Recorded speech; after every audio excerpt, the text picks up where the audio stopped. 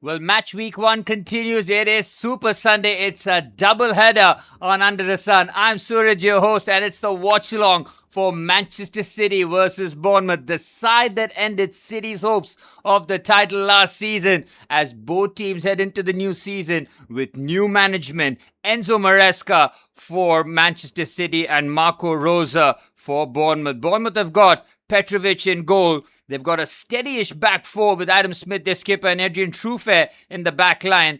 Of course, Hill and Antonio Silva, the new addition. The midfield three of Tavernier, Kluivert, and Ryan, with the pivot of Adam Scott and Lewis Cook, with Evan Nilsson, the Brazilian centre-forward, with 6 Premier League goals last season, leading the line, with Eli Krupi Jr. unfortunately suffering a broken foot in pre-season, and he'll be missing at least 4 to 5 months of action, which is a huge blow for Bournemouth. Well, the home side have certainly got a very interesting lineup here. Enzo Maresca with his first Premier League game after that hammering Arsenal gave them at the Wembley Stadium in the Community Shield. Erling Haaland starts up front, 27 goals in the Premier League last season for him. The long hair is gone. It's a new Erling Haaland. He's gone with the buzz cut. It is serious season as Manchester City look to wrestle the title away from Arsenal. We talked about that interesting midfield that Enzo Maresca has gone with. It is Elliot Anderson, the £116 million man, flanked by two fullbacks, Rico Lewis and Nico O'Reilly. The back four is as expected with Donnarumma in goal. It's Kusanov, O'Reilly, Kusanov, Guardiola, Ruben Diaz, and Josko Guardiola. Mark Gahey as well in the back four. So Manchester City with the front three can certainly hurt Bournemouth here. Erling Haaland flanked by Antoine Semenyo and Phil Foden getting a start here. So with the lineup that we're seeing with Enzo Maresca's got in here, it'll be interesting to see because we know he likes to play the 3-2-4-1 when City have the ball. Will he do it with the players that he's got on the pitch, or does he look to attack it in a completely different manner? This is going to be a really interesting game. Well, it's been a busy weekend already. We started live streams Friday night, and now we're on Sunday, and we're nowhere near finished. We got City, Bournemouth, and after that, we've got Newcastle United hosting Liverpool. That's Sunday's action. On Monday, of course, on 8 p.m. Indian Standard Time, we will have that live stream of Monday Under the Sun, and at midnight, post-midnight rather, it will be Chelsea versus Fulham, and the first match week of the Premier League will be signed off. And what a crazy week it has been already. There have been some upsets, there have been some shocks, and of course we have seen Arsenal put away Coventry with ease. Manchester City need to win here to keep pace, to make sure that Arsenal don't get that early lead up the table. Well, it's sunny settings here at the Etihad Stadium. No Jeremy Doku in the starting 11 is certainly interesting. Nico Gonzalez and Omar Marmoush are on the bench, both subject to possible moves out there this summer, as Manchester City do honour Kevin Keegan, who sadly passed away a few months ago. Him and Baresi passing away in a week's time was a huge blow to the world of football. Two top players, Ballon d'Or in their own worth. But Manchester City need to bounce back here. It's as simple as that. They have to bounce back. That 3-0 loss to Arsenal was not just a loss, but it was a psychological blow.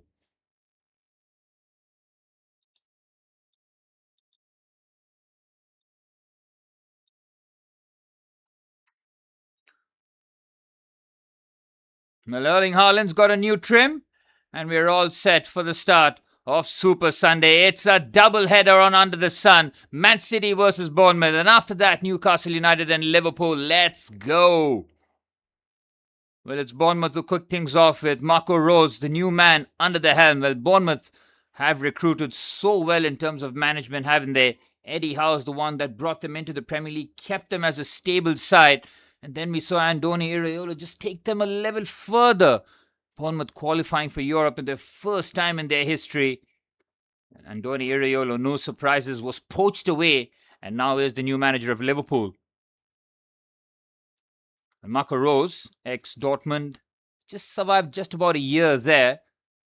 Just under 3 years at Leipzig. At Leipzig, you see a lot of excellent players and coaches coming through the system. Nagelsmann being another one of those coaches. Marco Rose, does he go and match Andoni Iraiola's principles, or does he try and be a bit more pragmatic? Because Bournemouth under Iraola was a fun watch, man. They were high press, high intensity, and they used to score goals. He really elevated the likes of Alex Scott, Krupi Jr., Clivert was performing at a high level. We see the 19-year-old Ryan on the right-hand side. We saw him start for Brazil at the World Cup. That's his potential, and he's got an unlimited ceiling as it stands. So it'll be interesting to see where Ryan does end up in a couple years' time. Great switch out here to Phil Foden. Big season this for Phil Foden, man. Gets away from Truefair. Evan Nielsen's got the ball, but unfairly, according to the referee. We talked about a big season for Phil Foden. I mean, Ryan Shirky was outstanding for Manchester City last season. Didn't start the Community Shield. Doesn't start here today. It's Phil Foden that's gotten the nod over Ryan Shirky. Whether or not that remains, we'll wait and see. I'm sure once Shirky gains a bit of match fitness after his exploits with France. Didn't start too much there with Michael Elise playing in that number 10 position for Didier Deschamps. Here's Abdulkadir Kusanov. Phil Foden is holding the width on that right-hand side. Erling Haaland playing a bit of bully ball here. Turns away from Hill. That's a clever pass here. Nico O'Reilly, if he gets there, he can have a shot. Here's O'Reilly, and the foul has been given against the defender. Well, Nico O'Reilly playing in an advanced position here in midfield. Bursting forward. We've got Rico Lewis and Elliot Anderson as the two pivot players, allowing Nico O'Reilly to make those forward runs. Good play this by Foden, and then Haaland to slip it through. Just about good enough defending there from Bournemouth. The season before last, Bournemouth's team got completely ripped apart. 4 out of their back 5 moved away. This time it's a bit more stable. Yes, they've lost Marco Senesi. It was a huge blow on a free to Spurs, that too. So they've tried to replace him with Antonio Silva, much younger. Portuguese centre-half. Will be interesting to see how he performs, and tests don't get more difficult than Erling Haaland in the Premier League, especially at the Etihad Stadium. And here's Haaland. Look at Haaland go here, charging forward. He's a one-man wrecking crew. Haaland slips it through onto the right-hand side. What a pass by Phil Foden. Brilliant save by Petrovic. Oh, that is fluid stuff from Manchester City. Rico Lewis gets to the end of the charge, but this is all Haaland. He rides one challenge and then just bursts through. This is a good pass by Foden. Clever by Foden, man. Rico Lewis could have just slipped it through. I think Josko Guardiola had made that centre-forward run. And if Rico Lewis had just gone for the cutback, it would have been a simple finish. Good save, though, by George Petrovic, ex-Chelsea goalkeeper. Had a decent season with Bournemouth. And I say decent for Bournemouth. It was an outstanding season, really. Into the 5th minute, City have started well. Foden's delivery towards the far stick. It's a free header. The marking is non-existent. Bournemouth survive. O'Reilly completely free at the far stick. Just tries to head that along the turf. Skips away from the crossbar. Bournemouth on a couple of occasions just have been caught cold.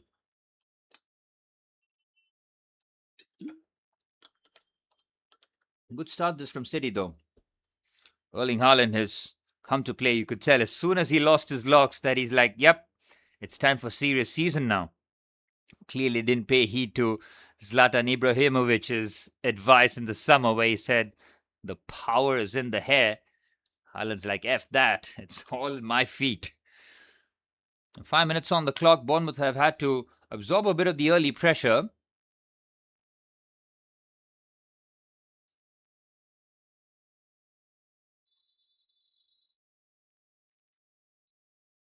Well, Tavernier will take this throw in. Bournemouth don't mind using the long balls here. It's a flat trajectory. Donnarumma punches that away. O'Reilly now trying to lead the Manchester City counter-attack. Slips it through, and Doku can really have a run here. Brilliant run this by Antoine Semenyo. He's been clattered and cleaned out. That's a yellow card for the skipper, Smith. He's very fortunate to avoid it because Antoine Semenyo just gave him the run around here. Chalk on the boots, traditional winger stuff here. And once he's in front of him, that is cynical as hell there from Smith. Very fortunate to avoid a yellow card because Semenyo is at full clip there.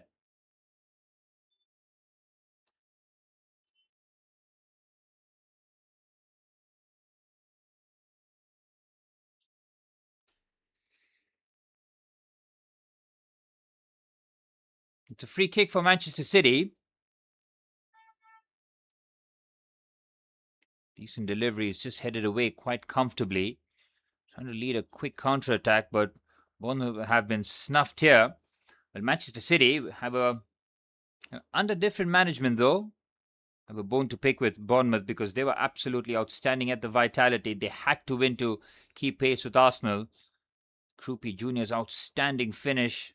Haaland's goal turned into a mere consolation in the end as Arsenal were crowned champions after 22 years. And the way that they have started, 3-0 against Manchester City in the Community Shield, 3-0 against Coventry. They go to Villa Park next where Aston Villa await and then host Chelsea to round off the first 3 games.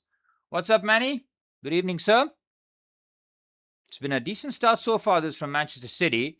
Antoine Semenyo had a really good run down that left-hand side. He was cynically taken down by Adam Smith. Gehi venturing forward. Here's O'Reilly. Now Antoine Semenyo, 17 league goals in the Premier League last season. O'Reilly continues his run, floats it into the box. On the volley, it's well blocked. Well, Phil Foden from out to in, making that run. He's had a good start to the game himself here, Phil Foden. 7.5 minutes on the clock. Bournemouth have not laid a glove on Manchester City yet. Here's Elliot Anderson. Oh, that's a foul on Gehi. Surely a foul on Gehi.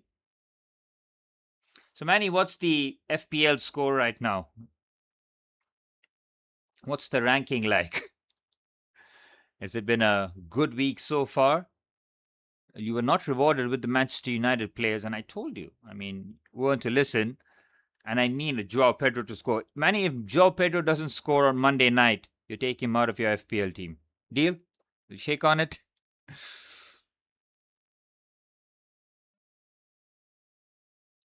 Here's Ruben Diaz. Guardiola. Oh, that's a poor touch by Semenyo, and Bournemouth have a 4v4 counter-attack if they get this right. Evan Nielsen can slip it through on the left-hand side. That's a poor pass. Elliot Anderson comes across and makes a crucial interception. City nearly get hurt there, and it was all coming from their own undoing there. Tavernier tries to just push that forward. Well, Tavernier on the left-hand side, Ryan on the right, and Justin Kluivert in the number 10. Bournemouth have got some shooters, man. Trust Xabi and Chelsea. I have no choice. Well, we have no choice. But yes, trusting Xabi Alonso is the way forward for Chelsea, because if it doesn't work with Xabi, oh my word, where do we go as a football club? Tavernier tries to just into the 10th minute. City have had a decent start but haven't really troubled Petrovic in goal. The only real chance was that on the right-hand side, Rico Lewis, after being fed by a brilliant Phil Foden pass. Cheeky first-time pass from him. Erling Haaland starting the attack, just motoring forward. For Marco Rose, 10 minutes on the clock. He wouldn't mind the 0-0 so far. Yet to see Enzo Maresca and Manchester City at full flow.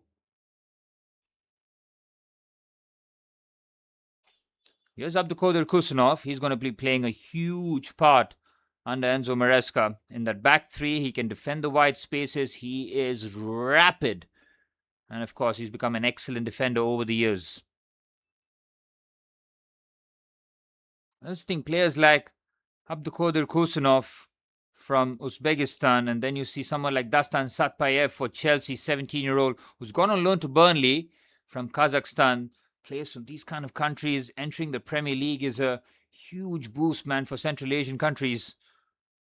Of course, we've seen players in Georgia like Mamadashvili for Liverpool and, of course, Kvitsa Kvaratskhelia.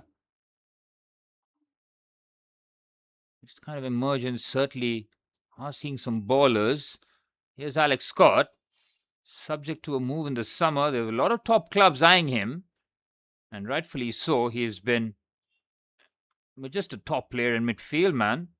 He's all around. He's got everything about him. He's got an eye for goal as well. He scored against Arsenal at the Emirates Stadium from midfield. That was a cracking little finish too. Bournemouth have pretty much priced him out of the transfer window, slapping a 80-ish million pound price tag on his head. Here's James Hill. Finds Smith. Just plays a channel pass, asking Cliver to chase. Here's Mark Gahey. Finding Elliot Anderson.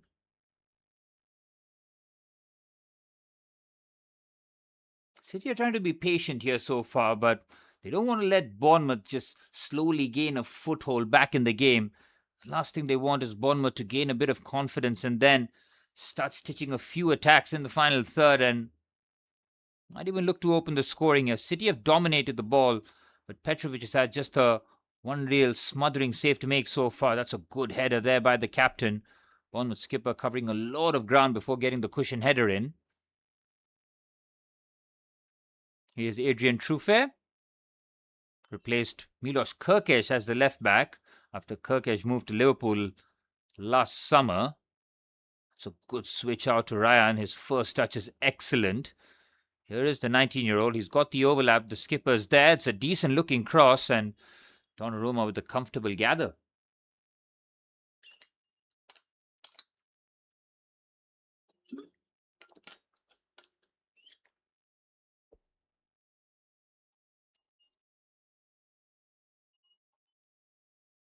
Good run this by Nico O'Reilly.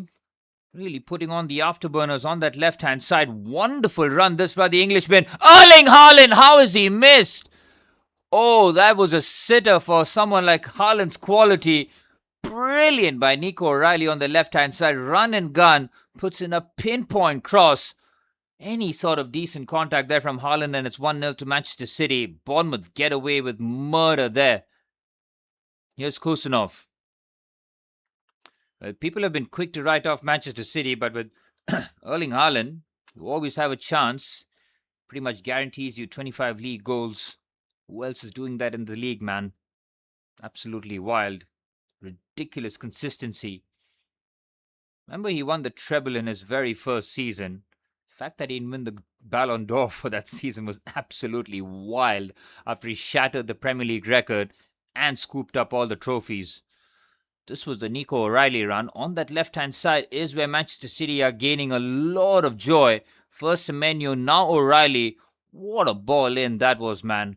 Haaland adjusts his left foot and it's a comfortable finish. Clips it perfectly. The run by Haaland is perfect too, man. Just gets caught. Doesn't really commit. Wanted to go with his left foot. He thought about maybe flinging himself. Ends up doing neither.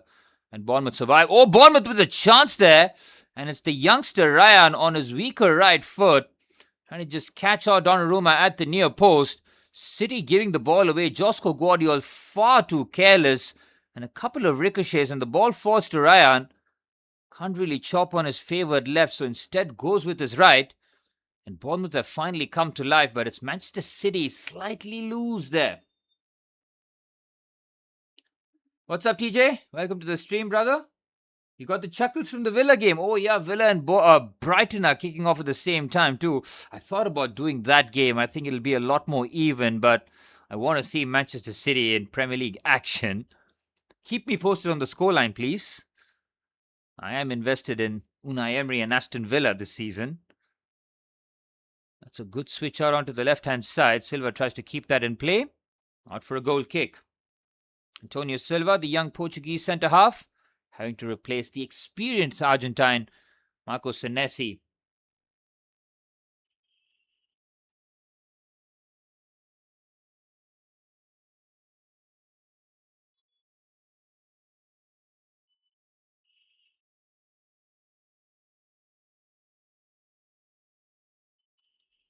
Oh, TJ, you are not lying about the chuckles. It's 2-0 for Brighton at the Amex Stadium against Aston Villa. Wow, that's crazy.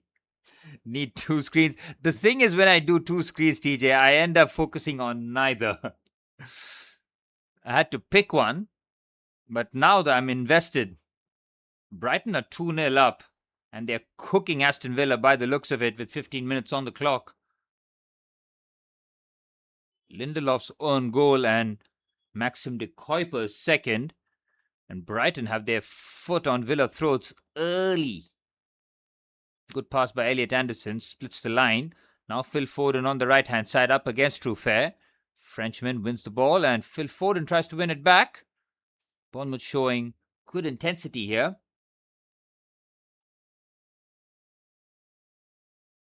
Well, TJ, the real chuckles we are hoping is going to be after this one. Newcastle versus Liverpool.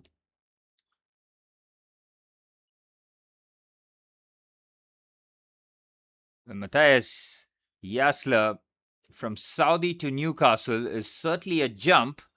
Talked about managers making those astronomical leaps in terms of their next jobs. Matthias Yasler, who's seen his Newcastle squad being ripped to shreds by the transfer window. Completely new midfield needed. A front line without Anthony Gordon. Isak's gone last season. Voltemada's probably on his way out. It's been a bit of a shit show for Newcastle United, and it's not really a hot take, but if Newcastle do end up getting relegated, you won't be surprised. Oh, I know it's too late for you, TJ. Don't worry, I'll be there. If you're in your sleep and you want to just see what the score line is, just join in the stream and check out what's happening between Newcastle and Liverpool. Always difficult for Liverpool going to St. James's Park. Hey guys, just let me know if you're having any issues with the audio or the video, okay? I see a bit of a grainy texture, but I hope it's going out well for you guys. Just let me know in the chat, yeah, TJ Manny? F1 race was on for, but red flag. What's happening there? Antonelli on top. Phil Foden's corner. Good corner. Petrovic punches. Ooh, that's a foul by Rico Lewis on Justin Kluivert. Kluivert was just looking to explode away from Rico Lewis and start the counter-attack. Dutchman getting cut down early there. Marco Rose approaching the 20-minute mark. Won't be too downbeat with the start. He has seen Manchester City at full flow on a couple of occasions. 10 on 10 audio and video. Oh, sensational scenes. Beautiful. Thanks, TJ. Well, I found out where you were yesterday, by the way. You told me that you were driving and listening to the stream. I get some news that there was a party somewhere in the hills. Yes, Scott. Finding Petrovic. I have eyes and ears everywhere. Mark Gahey lets that go for Josko Guardiola. Manchester City need to just step it up again here. Gone back into their shell. Playing a lot of good possession football, but just need to step it up again in the final third. Here's Kusanov. Foden holding the width on the right-hand side. That is certainly interesting. We talked about in the Community Shield game where Manchester City with Semenyo and Doku holding the width with... Now it's very clear that Manchester City are playing the 3-2-4-1 when they do have the ball. That is Enzo Maresca down to a T. We saw that at Chelsea. We continue to see that at Manchester City. So it's Semenyo and Phil Foden as the touchline winger. Foden likes to operate in the central areas. But if Phil Foden starts to find a bit of form as a touchline right winger, it will allow Phil Foden and Ryan Cherki both to play in the same team, same 11. So imagine Ryan Cherki instead of Rico Lewis. You suddenly see a more creative Manchester City in the final third. So we might just end up seeing that in the second half. Rico Lewis, Nico O'Reilly, and Elliot Anderson are solidish base, but City are looking light in midfield, especially if they're losing Nico Gonzalez, who might be on his way to Newcastle United. Here's O'Reilly, just looks to scoop that forward to Erling Haaland. Right idea, you want to feed the big man as early as possible. True fair. As well as Ryan. Feels like he's gotten a whack on the shin.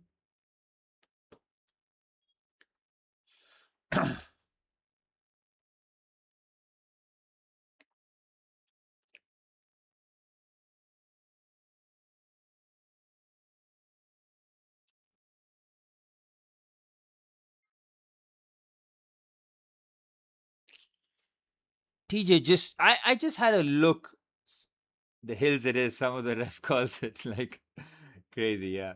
Sam wanted to go for a late night hot chocolate, ended up smashing a triple pancake with extra maple syrup.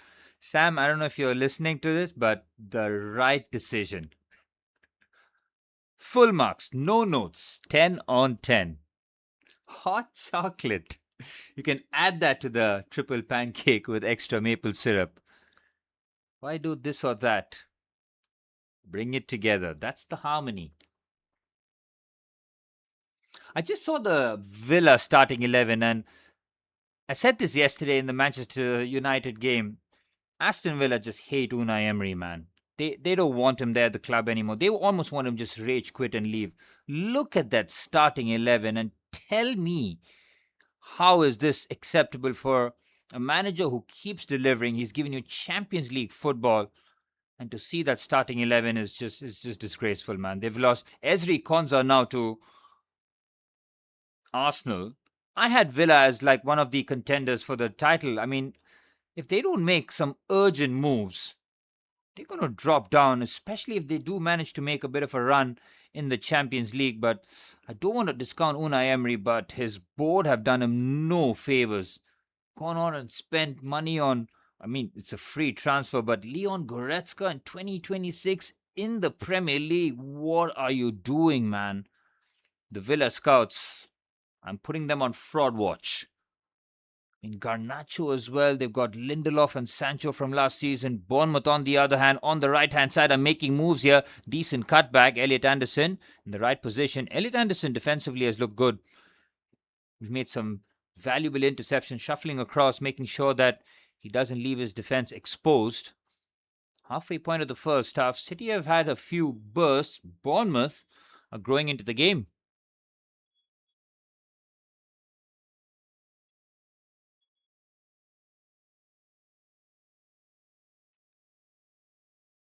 City bought some kid from Lille. Yep, Ayub Buadi.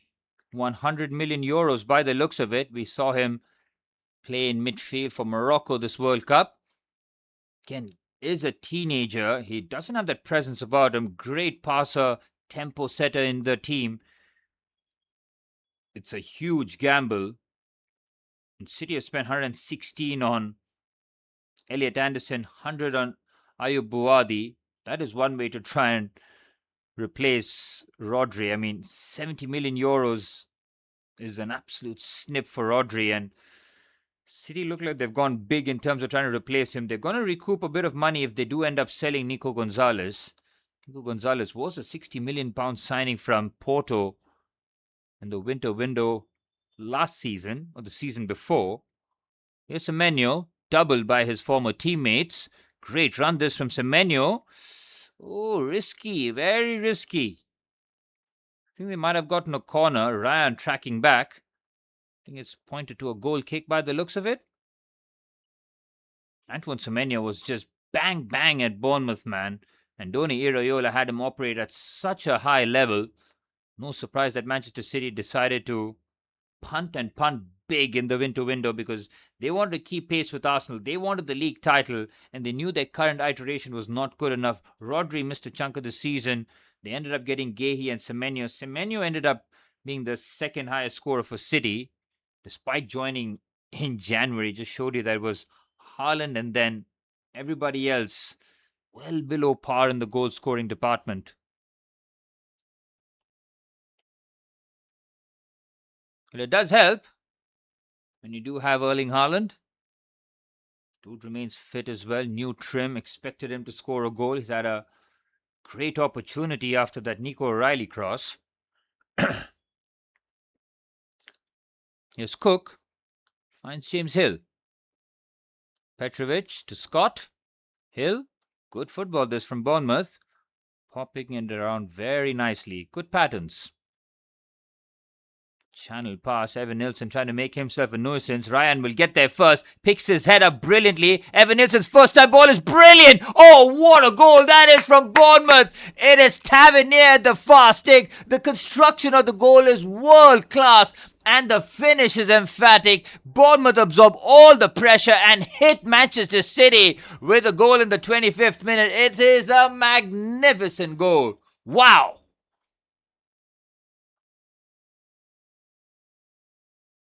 From back to front, they carve Manchester City open.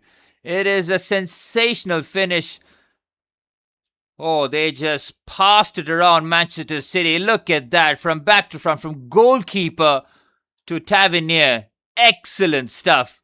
Evan Nilsson just making himself a bully there. Ryan does so well. He's got the IQ. He knows Evan Nilsson's. Evan Nilsson's first time pass is just at a ridiculous level.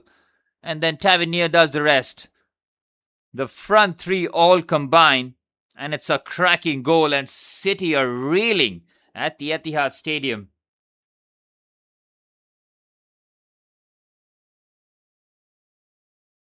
Marco Rose, welcome to the Premier League. And that is a beautiful first goal to score as a team, man, for your new manager. It started with Petrovic and it ends with Tavernier. Top stuff. Good player, man, Tarun Tavernier. He is a model professional. He can play anywhere along the front line. I've seen him in midfield too. I think he came through the championship and he's risen, and he's been one of Bournemouth's mainstay. I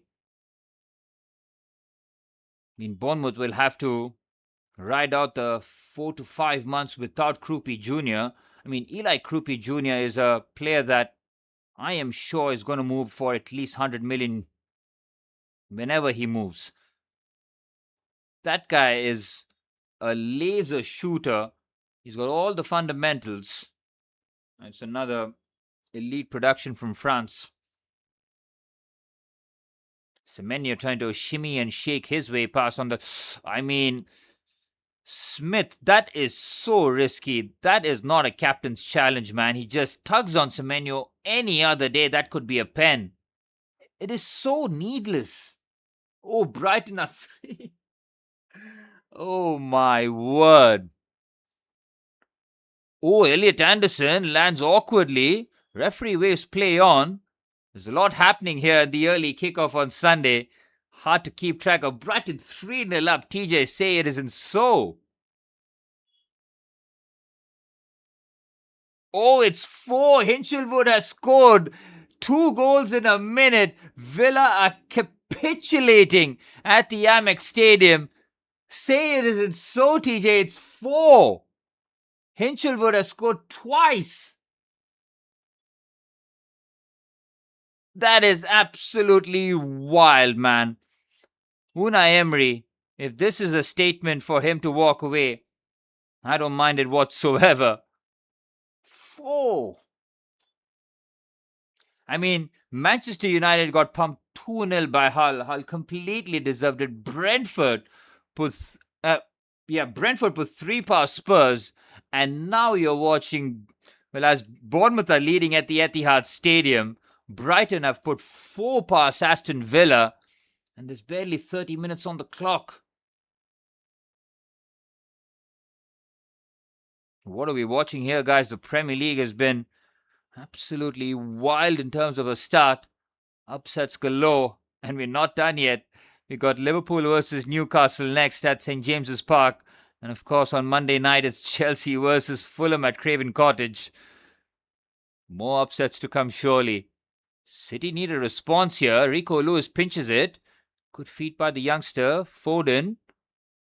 What's Mark Gahey doing there of all people? I mean, I'm seeing Mark Gahey play so far up the pitch. This is not the first time I'm seeing him in midfield. This time you're seeing him almost as an attacker. What's your centre-half doing there? Oh, the City game has been rough stuff. I mean, that challenge they saw on Semenyo early on, that was as clear as yellow as you'll ever see Adam Smith with a challenge on Semenyo. After that, the ref has pretty much said, yep, let it run.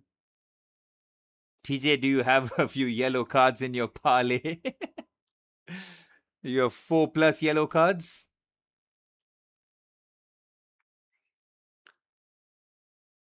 Well, City in a bit of a troublesome spot. Villa getting absolutely mauled at the Amex. Matchweek 1 of the Premier League is delivering. The Arsenal-Coventry game was as one-sided as we got, but from there, it's all about the upsets.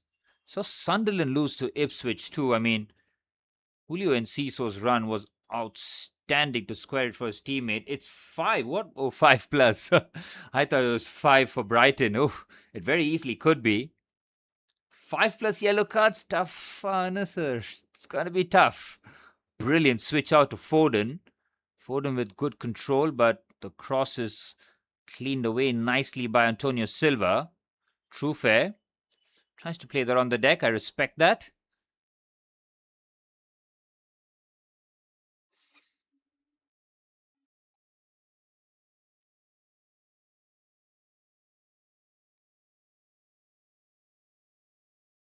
Oh, Foden gets cleaned out. That's not a foul according to the ref. I mean, it was a fair looking challenge because got the ball first. Oh, that's a brilliant pass. If Ryan is quick enough, he can get there first. Josko Guardiola's recovery pace is ridiculous.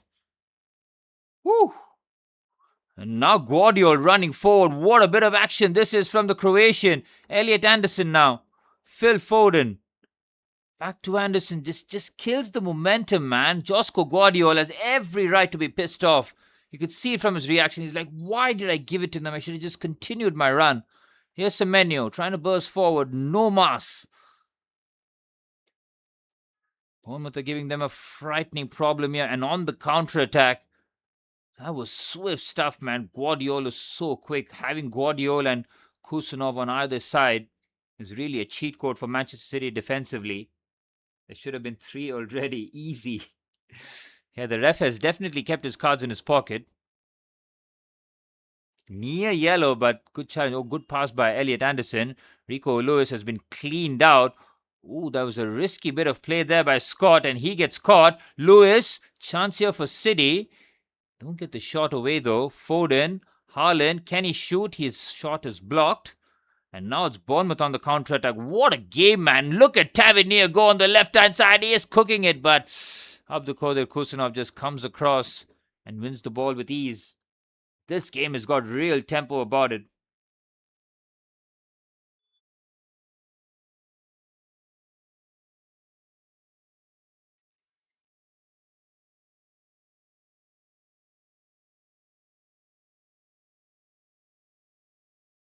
Here's Foden. Elliot Anderson. City need a goal before half-time because I can see Bournemouth very easily getting another here at some point. They've got the threat on the counter. They're passing it really well under pressure. They've been decisive in the final third.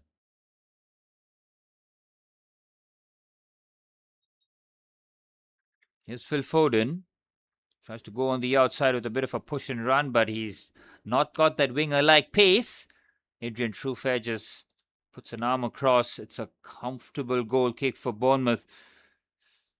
Well, the City top brass, all in attendance. Hugo Vianney, the new sporting director, has come under a lot of scrutiny because City has spent a lot of money, man. Nearly 700 million euros have been spent in like 18 months' time. And there has been a clear regression with Manchester City. It's not the same City as before, and they've spent big, man. You've got to add Ayub Buadi to this as well. Add another 100 million to the kitty. They spent 300 million in that January window when they got Omar Marmoush and Victor Reis. Who else did they get in that window? Ended up being a very frivolous January window by Manchester City in terms of a rebuild. Of course, in the summer, they always go big, but this summer, Elliot Anderson, Buadi. Other than that, you're looking at it's pretty much the same team. Good pass on the left-hand side. Trufair is swift, but can't keep that in play. It's out for a goal kick. Well, Omar Marmoush, him and Savinho are poised to make that double switch to Tottenham Hotspur come the end of the window. City's attacking options further taking a dent because, I mean, it's Jack Grealish as someone that's coming off the bench. Of course, they do have Jeremy Doku. Doku and Shirky are game changers. But from there, you're looking at very few options. City making moves here. O'Reilly towards the far stick. Phil Foden tries to bring that down. Difficult bit of control. Here's O'Reilly. Finds Rico Lewis. Again, it's Lewis and Nico O'Reilly finding themselves in those number 10 positions. Did see that with Enzo Maresca and Chelsea last season, where Malo Gusto and Mark Cucurella were almost instructed to be in those number 10 positions. Left and right hand side. Oh, Villa red card too. TJ, somebody wake Unai Emery from the nightmare that he is in. Who the hell got the red card? Who the hell has chucked it for his team? They didn't fancy it. They knew they're going to get piped. And this guy, whoever it is, has just handed it, just threw in the towel.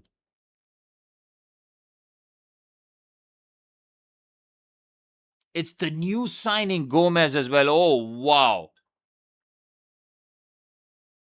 I mean, Joe Gomez come with a decent reputation. He's got huge shoes to fill because Yuri Tielemans and Amadou Onana, from being sold and then the injury to Onana, have vacated the midfield, and Gomez to pick up a red card in the first game.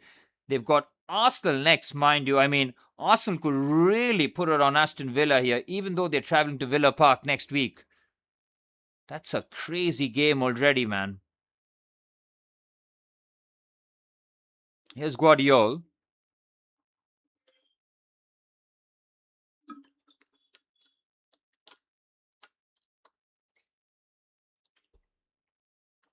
Elliot Anderson. Will City need an equalizer quickish, really swiftly?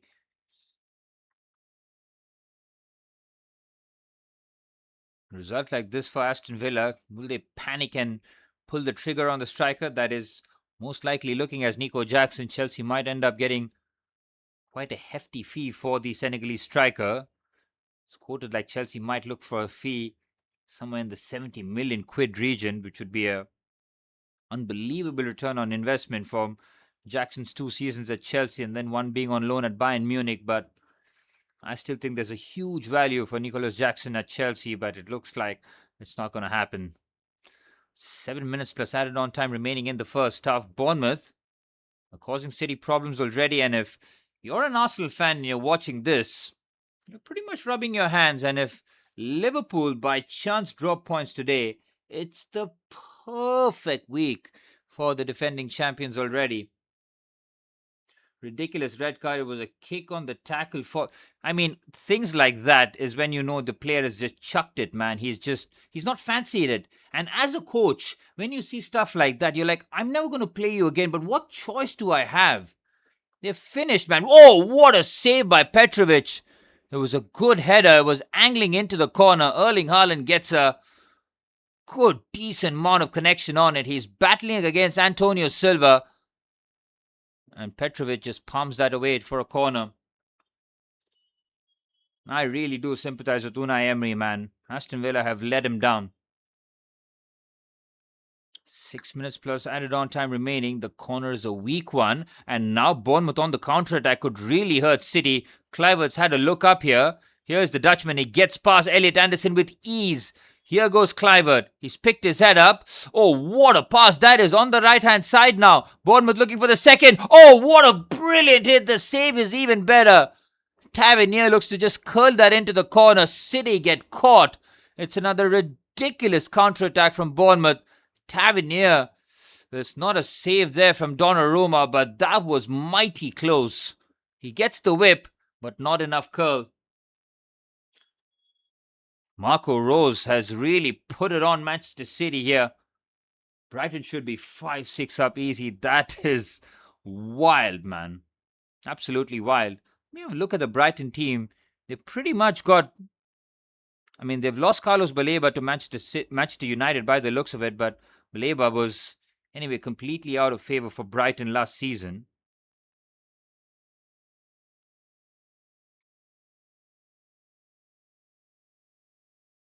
It's the same team, man. They've just got Wiefer instead of Jan-Paul Van Hecke, who moved to Spurs. Fabian Herzler is cooking something up here, and Bournemouth have a chance. Brilliant opportunity. It's a good save by Donnarumma. And fortunately for Manchester City, the follow-up does not fall to the Brazilian Evan Nielsen. Otherwise, Bournemouth are 2-0 up. Oh, Kluivert just looks to curl that into the corner. Here's Scott. Oh, Bournemouth can absolutely sense 3 points here now. Ooh, this is troublesome for Manchester City. That Erling Haaland miss at 0-0, far too costly. If City had scored there, been a much more comfortable game, but man, the Premier League is stressful. Every single game feels like a war. I mean, you saw Brentford play Spurs yesterday. They murdered them. Sangare in midfield. What a signing. He's another player that's going to go for big money at some point.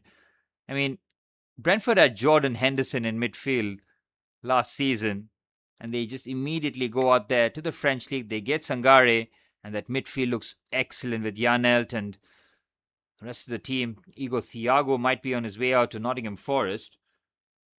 Brighton toying with Villa. It's getting embarrassing. It's going to get worse. I mean, it's going to get worse before it gets better for Aston Villa this season.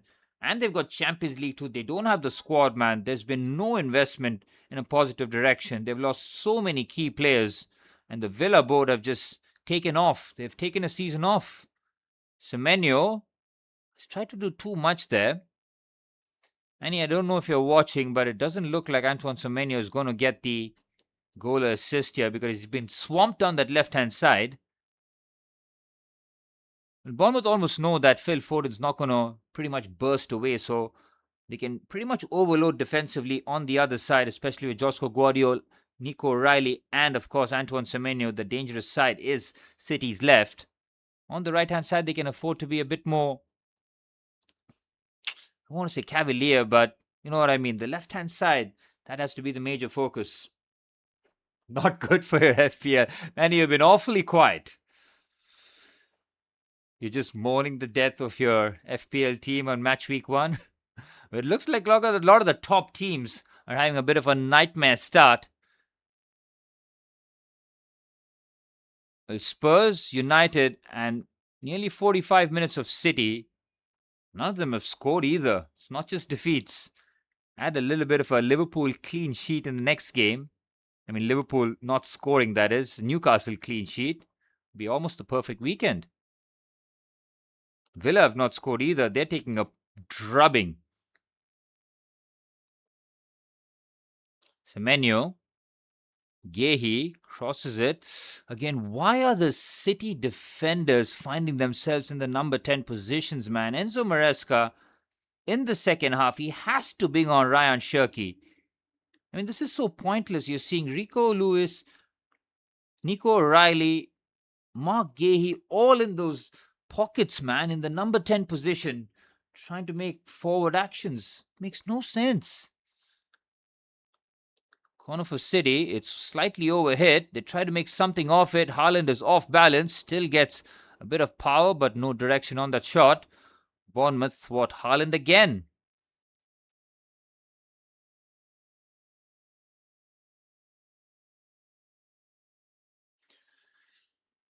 Hopefully a tap in on the far post. Well, that's how desperate it's gotten, has it, man? What if Szoboszlai draws a blank too? What if it's a Szoboszlai red card, Manny? Ooh. Decent header there by Ryan. Ryan's had a good game, man. Ryan and Alex Scott, the two next players for Bournemouth that are going to leave the club. It's just a matter of when. And if somebody's going to willing to pretty much match the ridiculous price Bournemouth have put on them. They are top players. Krupi Jr., another one. Well, Krupi will have to wait 4 to 5 months after that broken foot. Oh, fight. It's been a lot of tackles that's flown in this game. The referee has not pulled out his yellow card once. He finally might decide it because there is a Bournemouth player on the ground. He's let everything go. That challenge on Semenyo by Smith was a yellow card all day long. Silva on Haaland.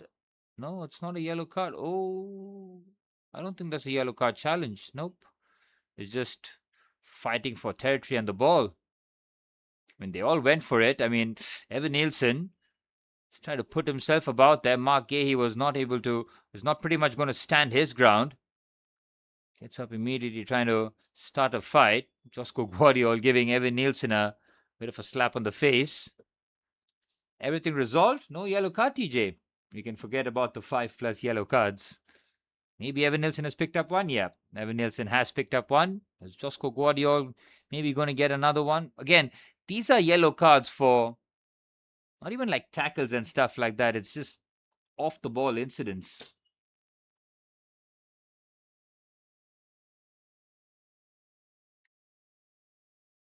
Phil Foden finds Rico Lewis. Lewis crosses it. It's well headed away by Silva. Final action here in the first half. City need to get the ball into the box. Ruben Diaz, poor, very poor, comfortable for Petrovic. And Marco Rose's first half in the Premier League against Manchester City at the Etihad Stadium has gone as perfectly as you imagined. Not just a clean sheet, they've scored the goal and they've really given Manchester City a game here.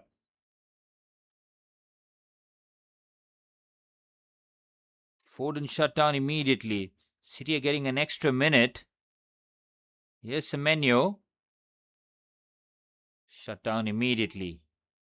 Guardiol's cross in. Erling Haaland's header. Oh, there's a chance for City.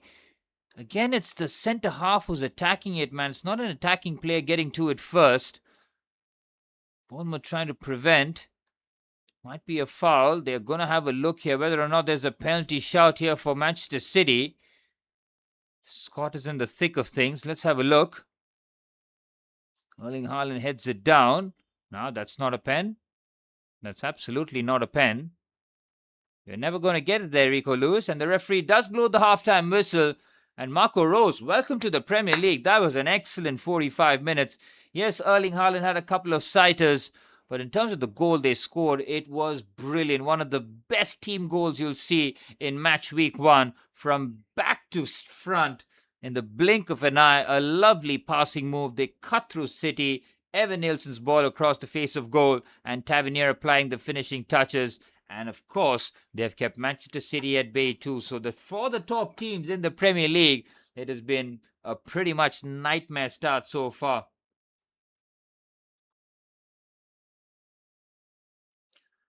Well, Aston Villa are down to 10, are 4-0 down at half-time. Villa, Manchester City, Spurs, and Manchester United have yet to find the back of the net in match week 1. I mean, that is absolutely crazy. It can certainly change in the second half, and if City need to find a route back into this contest, they have to score, else it's so much pressure on Enzo Maresca already.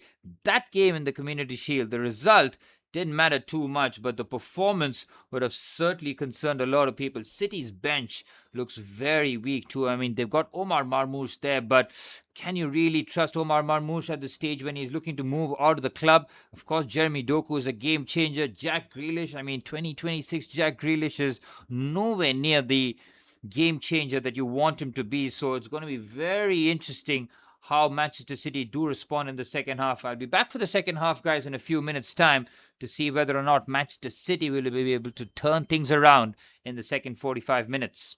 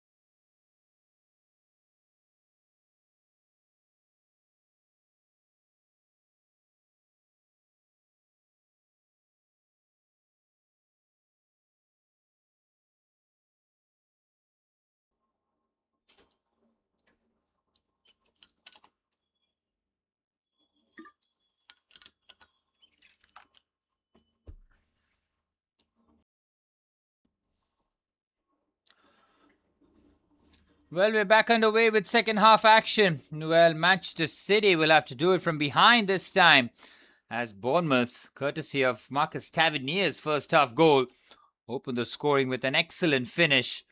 Manchester City not having the best 45 minutes under Enzo Maresca for the first time.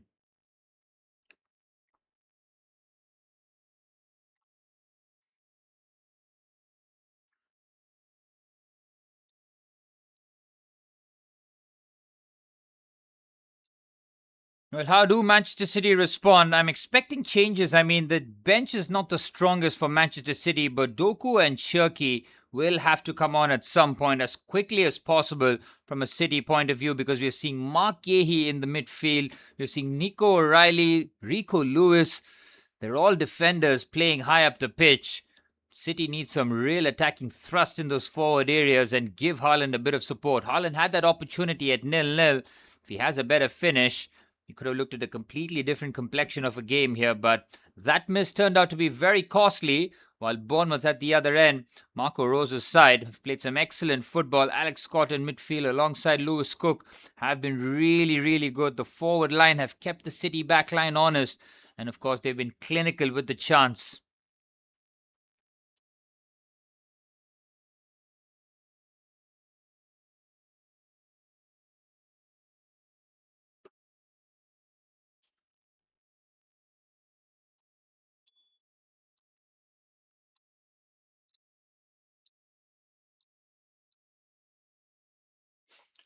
Well, the City players are out for the start of the second half.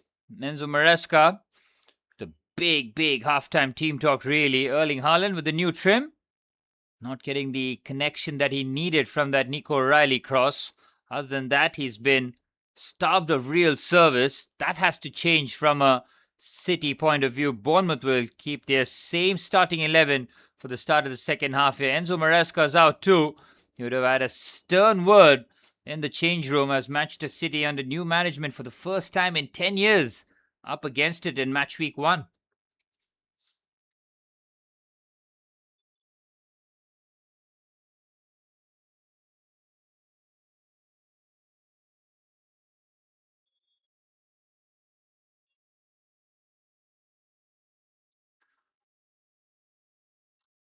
Well, we're back underway.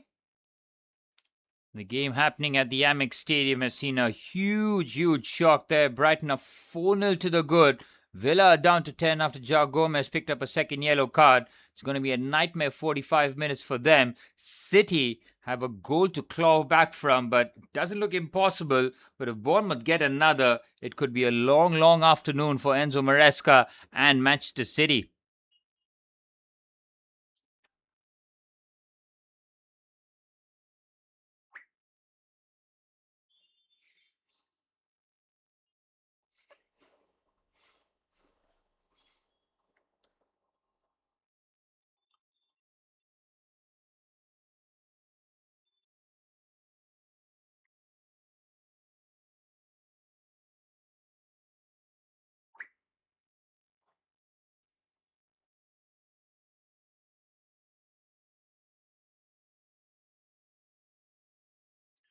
Well, we're back underway for the second half action. Manchester City a goal down, trying to find the response against a very resolute and determined Bournemouth side, who have certainly played their part in the first 45 minutes. And now Manchester City will have to come out and play an attacking brand of football here. Well, City continue with the back three of Kusunov, Ruben Diaz, and Josko Guardiol. Seeing almost Mark Gahey play as a left back, really, and then trying to find himself in the higher up position. Semenyo and Foden as the two wingers. O'Reilly and Rico Lewis operating in midfield with Erling Haaland up front. Here is Lewis. Foden. What's up, Aman? Welcome to the stream, brother. City are finding it very difficult. It's been a crazy match week 1. 4-0, exactly. We were discussing that in the first half where Villa got absolutely ripped to shreds. It's a nightmare start for Unai Emery's men, who's just been, their squad just completely decimated. And if Villa don't make some urgent moves in the market, it's going to be a crazy season for them. A huge drop-off. We got Newcastle, Liverpool in the next watch-along as well, Aman. So I don't think the shocks and upsets are done yet because Matthias Jasler's side, they have been ripped to shreds too in terms of their manager and key players being pretty much ripped away from St. James's Park. Hey, what's up, Gautam? Looking at the results this weekend, feeling a little better about yesterday, says Gautam. Well, it's crazy, man. I mean, Spurs, United, and as it stands, Villa and Man City are not just losing, but they haven't scored a goal. That is an ominous sign. Bournemouth could have had more in the first half. The first goal that the opening goal, the only goal that they scored from back to front was just a world-class team goal, man. The Evan Nielsen pass is just beautiful. He'll be calling Pep back from Matchweek 3. I mean, Enzo Maresca, that Community Shield performance, less so the result, but the performance was really concerning. And City's bench looked way behind Arsenal's. That's the first time in like 13, 14, maybe in 15 years that we are saying that Arsenal's bench is better than City's. Newcastle, Liverpool next, boys. That could have a bit of a spice to it. Again, Newcastle, their midfield is going to be a brand new one. Their forward line without Gordon looks like it could have huge issues. Wissa, Osula, they're going to have to step up with Harvey Barnes. Interesting, very, very interesting. Pep Zero ain't doing too hot. He's struggling out there. Yet to score a goal. Community Shield and the Premier League now. That's a game and a half so far that City have not scored against English opposition.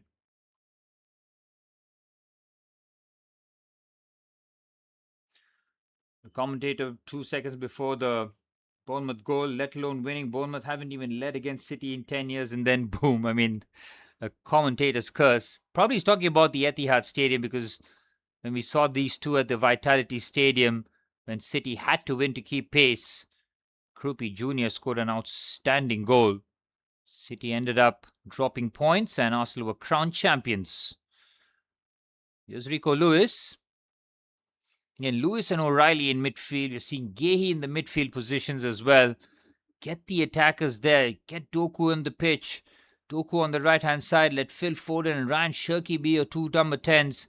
Midfield can be Elliot Anderson and even O'Reilly. Look at Mark Gehi, man. Why is he playing as a midfielder? He's the pivot player here.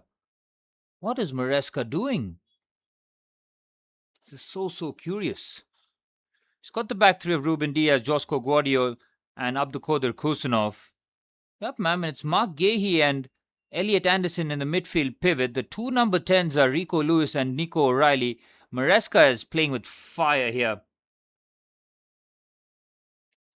Phil Foden with a poor attempted ball towards Antoine Semenyo, and that pretty much sums up Manchester City. I mean, Enzo Maresca looked at that first 45 minutes and he brings the same team out for the second half.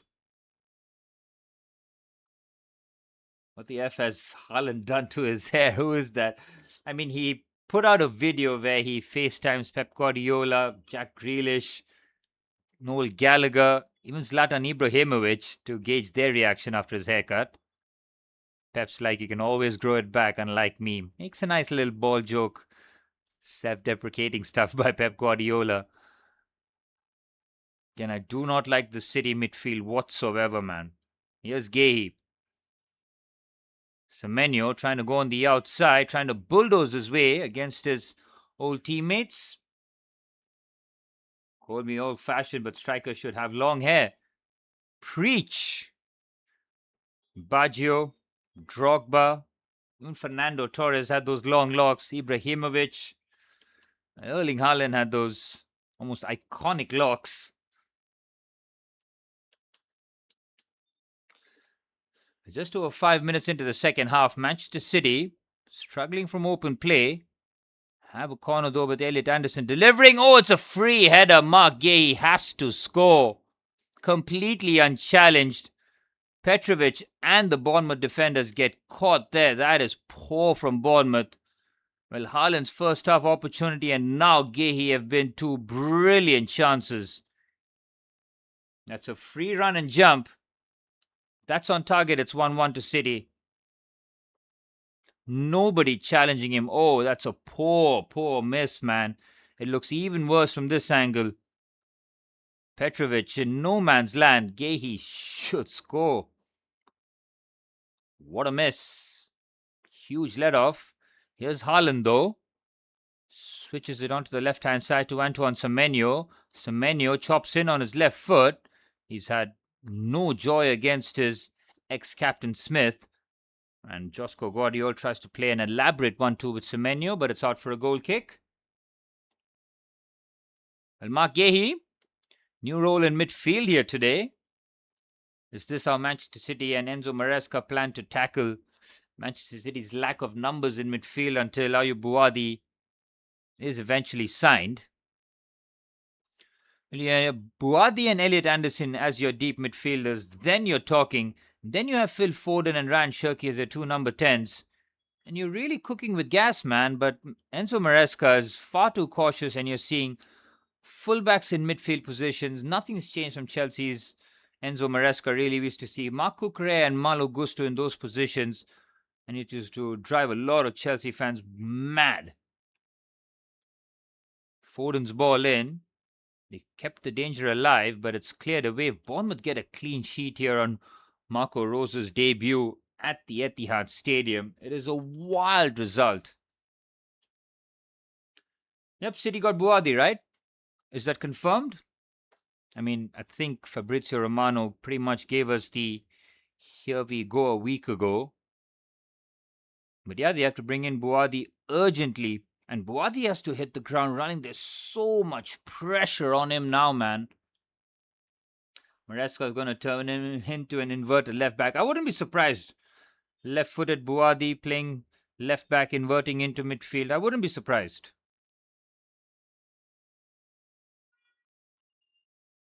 City defend well. There's O'Reilly. Haaland.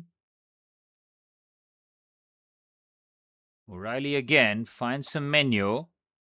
Approaching the 10-minute mark into the second half. Semenyo might go for goal. Oh, Semenyo is having no joy, man. He has not beaten Smith once. The only time it happened in the first half, Smith pretty much rugby challenged him, got away with it without a yellow card. And since then, Adam Smith has just completely locked down Antoine Semenyo. Well, City need to bring on Doku and Cherki immediately. They're wasting time here.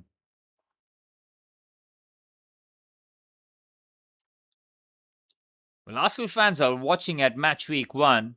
Feet up, cigar out. They beat Coventry with ease, but they're seeing everybody else drop points. Only Chelsea and Liverpool left if this stays as it is here for Bournemouth. We already know that Arsenal are red-hot favourites to be runaway winners and defend their Premier League crown. After match week 1, that just might turn into a swift reality. Here's Diaz. Abdulkader Kusanov. Phil Foden's first-time ball is well intercepted by Antonio Silva on debut against Erling Haaland. Portuguese centre-back has looked very much at home, and full credit to Bournemouth scouting again.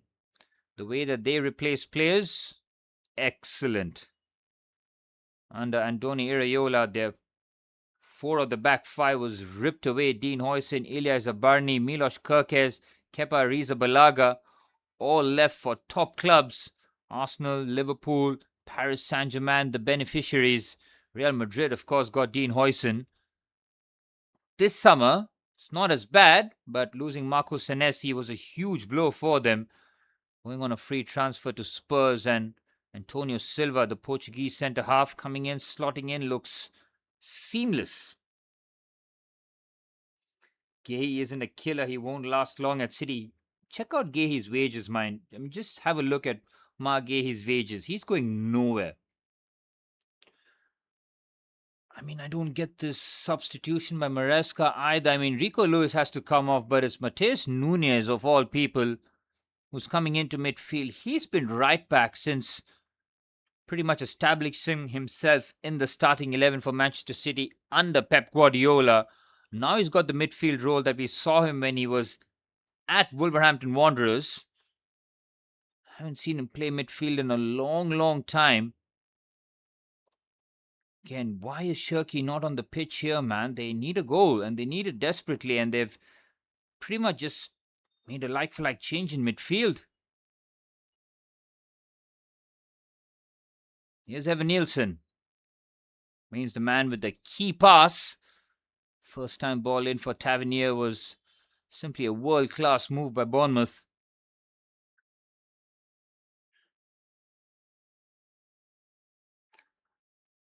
Well, Villa are doing a bit of damage limitation at the Amex Stadium. It's still 4-0 for Brighton. Fabian Hertzler can pretty much rest everybody up and get ready for Matchweek 2.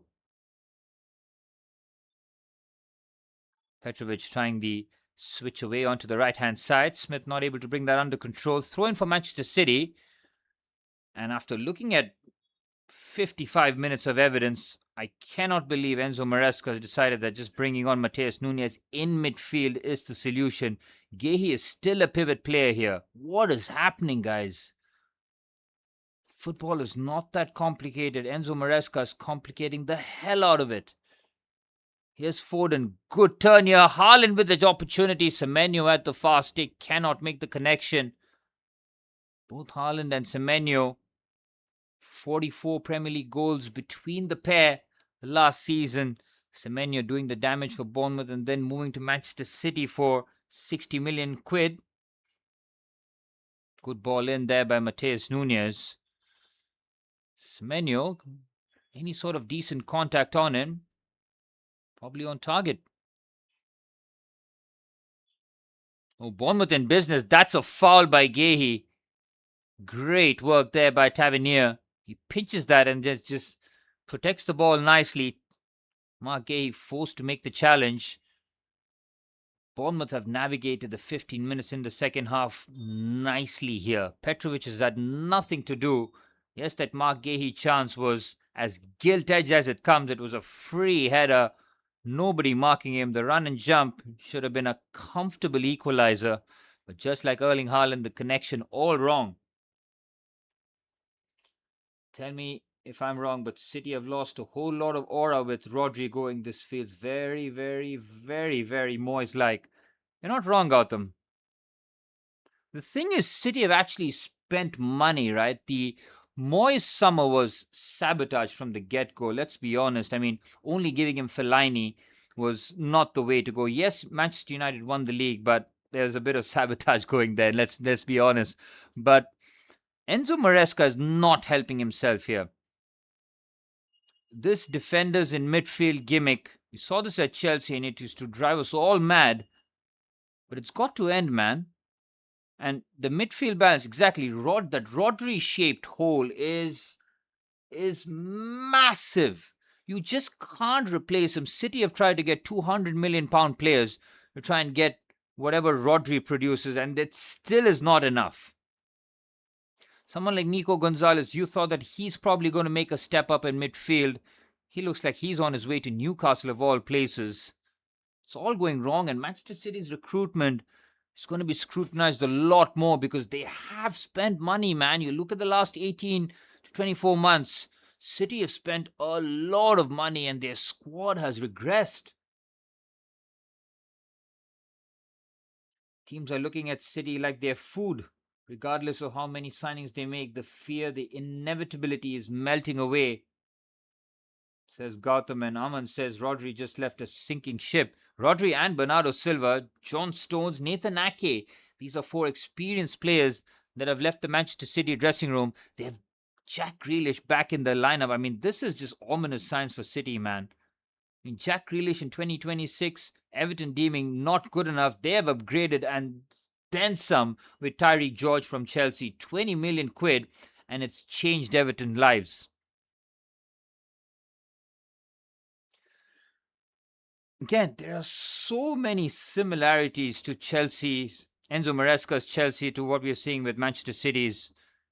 Oh, Elliot Anderson is down. He's holding his quad. Is it a hamstring issue? This could go from bad to worse. Ryan Shirky is being stripped and ready for action, but they might have to make a change in midfield too.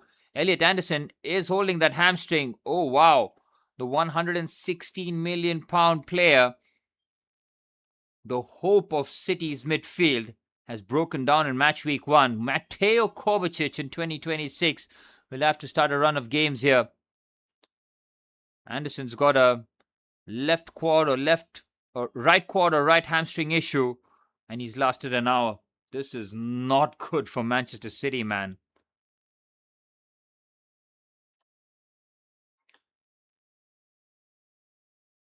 Well, Elliot Anderson is walking on his own volition, which is the good news for Manchester City, but this has gone from bad to worse. Rest in peace, Anderson. Don't be a hater. Well, Anderson not having the best debut? Far from it. Anderson's off. He's getting fluids in immediately, maybe a bit of cramps, but it's Ryan Shirky and Mateo Kovacic, the number 10 and number 8, now drafted into the 11. Okay, nothing really changes. This looks like it could be like for like, but Shirky's come on for Nico O'Reilly. Now City have midfielders in midfield positions. Mateus Nunes and now Ryan Shirky. They can add Jeremy Doku to this as well. I mean, the wide players for Manchester City are going to struggle under Maresca. There's far too much to do. You see Semenyo starting at the halfway line rather than anywhere near the box. The amount of work that he has to do to even just reach the box is crazy. On the other end, you're seeing Phil Foden on the right wing. Right-hand side wing back almost.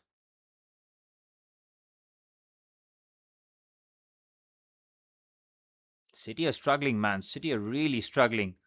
Haaland has had no service. Phil Foden just gets muscled off the ball. Bournemouth are popping this around with ease. Silva, is he going to get a clean sheet on debut in the Premier League? Would be massive, confidence boosting. Well, Villa have done decent damage limitation in the first 15 minutes of the second half. First weekend of the Premier League shows why it's the toughest in the world. Big clubs with talent advantage can get away with suboptimal press systems, subpar physicality, technical insecurity, and lack set pieces. There they can't, man. There's a real bridge. I saw Brentford play yesterday, and they absolutely dog walk Spurs, man. Yes, it was not Spurs' first choice starting 11, but man, oh man, Keith Andrews has got something cooking there. 3-0 did not flatter Brentford. Yeah, reputation counts for nothing. Everybody's got athletes now, man, in their team. And once you can match them physically, it's all about can your quality shine through. And if you're not up for it, the opposition will kill you, man. They've got some gunners, some Premier League proven players, some young gunners coming through from Europe. Premier League is the place to be, man. Great touch around the corner. Bournemouth sourcing out here. Now Ryan can have a run at Josko Guardiola. Nice push and run here by the Brazilian. Ryan can cross it. Oh, he decided to chop. Josko Guardiola does really well, keeping pace with the pacey Brazilian. Well, 65 minutes at the Etihad Stadium, and Marco Rose could not have imagined his debut going any better in the Premier League. They're keeping Erling Haaland quiet. And as I say that, Haaland muscles his way forward. That's a decent looking pass. Petrovic sweeps up.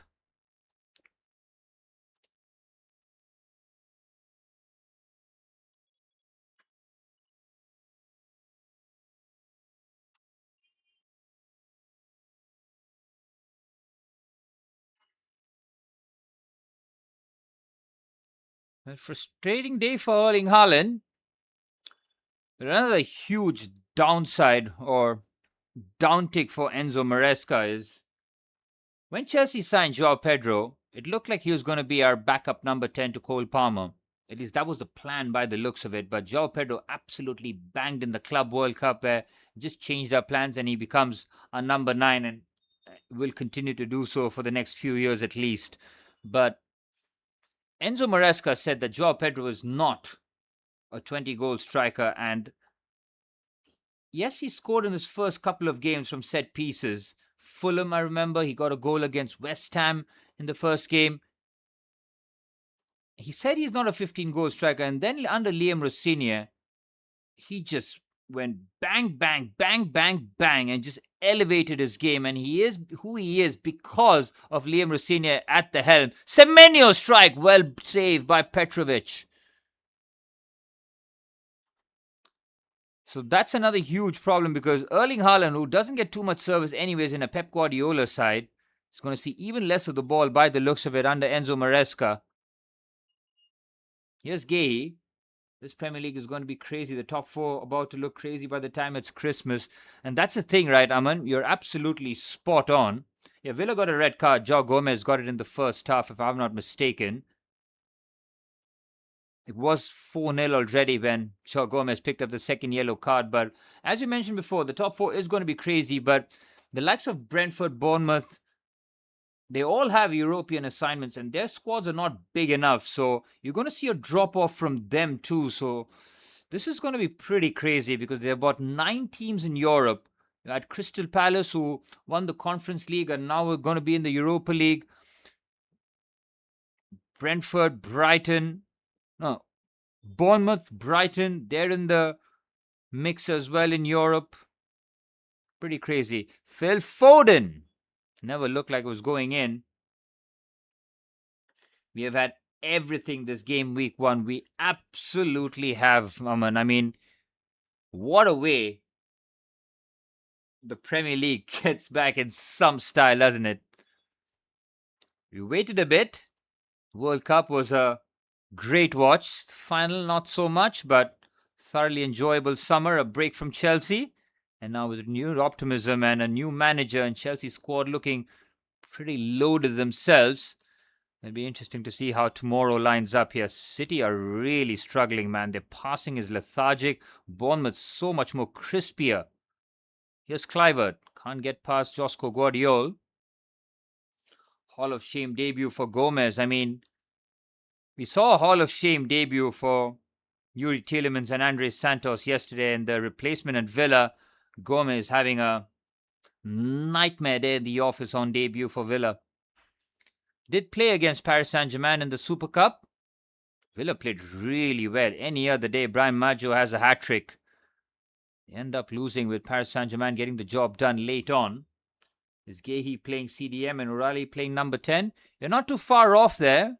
I mean, Gehi is very much in midfield. He was alongside Elliot Anderson as the pivot.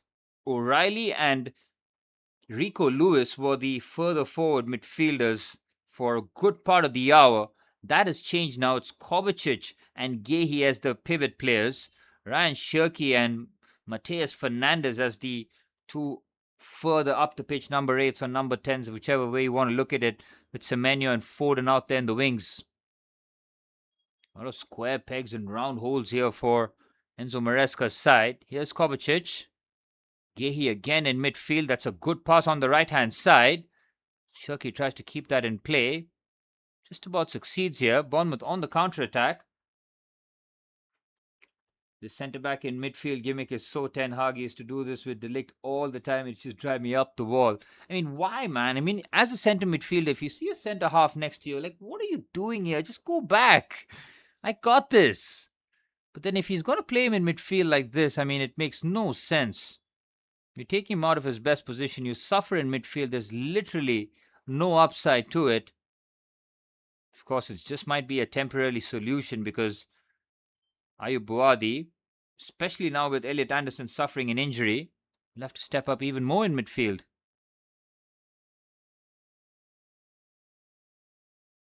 Well, Foden had a couple of neat touches in the first half, but other than that, as I say that, he just gives the ball away. Here's Tavernier. As it stands, the match winner. Early ball in, well intercepted by Ruben Diaz. Kovacic is renowned for his ball progression. Kovacic's dribbling and ball carrying is still at a high level, but he just doesn't have the legs anymore, man. It's 2026. Quite the career. Inter Milan, Real Madrid, Chelsea, now Manchester City. He's won trophies everywhere he's gone. Good run this by Nunez. And now Foden on the right-hand side has got a bit of space here. Here is the Englishman. Foden finds Mateus Nunez. Ryan Cherki with dancing feet. Haaland with the effort. Off balance, off target. Much better there from Manchester City. They attack the central positions. Foden does well with the carry. Great feat this by Ryan Cherki. The way that he just smuggles in the through pass. Tight area specialist there, the Frenchman. Haaland, off balance goal kick.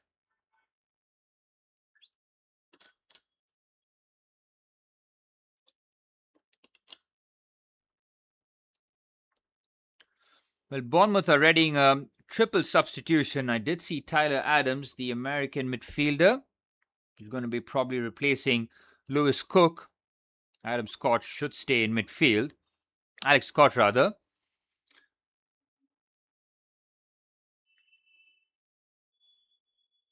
It's still 4-0 at the Amex Stadium, so Villa have done well in terms of damage limitation, and fair play to Brighton to pretty much take their foot off the gas. And after match week 1, as it stands, it's going to be Brighton on top of the league. Foden gets pushed off the ball there by Hill. James Hill has had a imperious performance at centre half alongside Antonio Silva. Here is Cherki. This is going to be another game where City draw a blank. Kovacic, great line breaker. Foden, wrong pass. Haaland making the run across, while Foden plays a straight line pass. We talked about ball progression and Mateo Kovacic. That line breaker was vintage Kova. Isak going back to St. James's for the first time is certainly going to be spicy, Gautam. I can't wait for that game. That's going to have a bit of spice to it. Newcastle are hurt. They're wounded. Backs to the wall. Can they pull out a special performance under their new manager after Eddie Howe losing 4-0 to Bristol in pre-season, leaving immediately after that? Tonali went to Spurs, Guimaraes, Arsenal, Gordon, Barcelona. Midfield and attack certainly wavering. Lewis Hall could very easily be on his way to Manchester United if United decide to show a bit of ambition, because he's there for the taking with no competition. Here's Gehi. Better get used to seeing Gehi in midfield, and Gehi high up the pitch here with the cutback. Haaland with the effort. Haaland has not got his shooting boots on here. Brilliant by Mark Gehi. Fair play to him. A driving run by the centre half. Plays the 1-2 with Foden. And he puts it perfectly here to Haaland. It's just behind him on his weaker right foot. Can't generate the power. A couple of sighters for Haaland. Not the cleanest of connections though.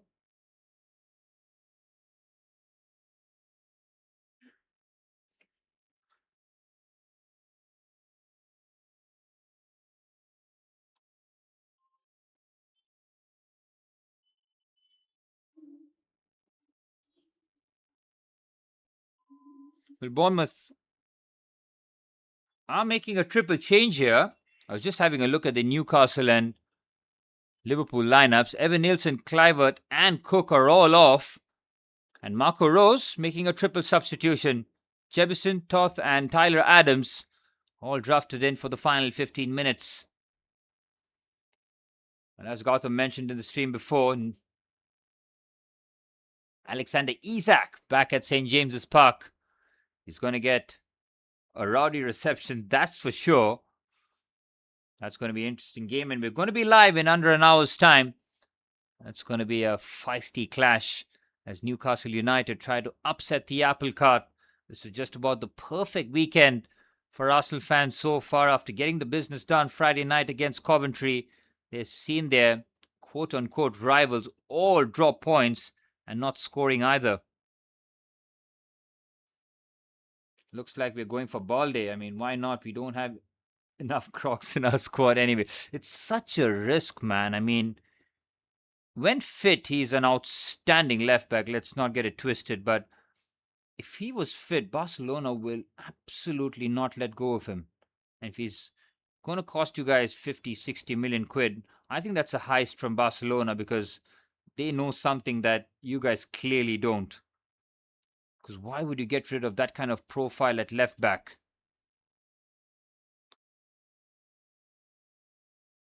Injuries have certainly plagued the Spanish left back. It looked like he's the one that's going to cement his place as the long-term left back. It's been Marc Cucurella though, and he's not in any hurry to give that position away. Foden sees once again the ball being snatched off him. I think Foden has been dispossessed like 5 or 6 times in this match, all trying to do the same thing, the half turn, and he gets caught.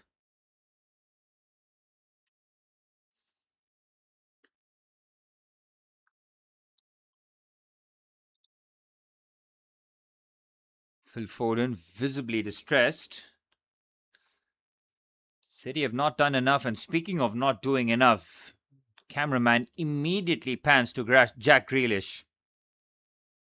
City are running out of ideas, man. Chelsea have a real chance of being a little horse challenge in this league if Xabi is serious. Thanks for adding the last bit, which is the absolute crucial bit. If Chelsea and Xabi are serious. It's a huge if, man. I need to see evidence. I don't care what our team looks on paper, what the possibilities are, what all the options present itself. I need to see cold, hard evidence. I need to see it with my own 2 eyes. I need to see it week in, week out. I've seen Chelsea put 3 past Paris Saint-Germain in the Club World Cup final. We put 3 past Barcelona last season in the Champions League. But then against the likes of Brighton, Brentford, teams that we're not supposed to lose, we end up getting battered. It's terrible. Oh, decent header. Donnarumma with not the most convincing bit of save. It's a substitute, Jefferson, who gets a decent header on it. He's unmarked. He just tries to use the pace on the ball. Donnarumma with a decent save. Bournemouth with yet another effort on target. Jefferson nearly the perfect introduction here.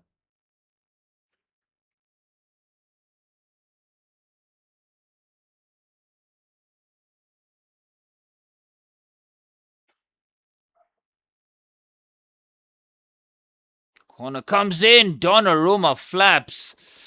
Oh, it's not the most convincing bit of goalkeeping. I think Ruben Dias has got the last touch on it. City, if they concede another, they are finished. Finito. The pressure would be astronomical on Enzo Maresca already.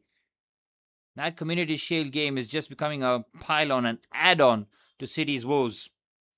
Can't remember the last time City looked so toothless. I mean, it's been so poor, man.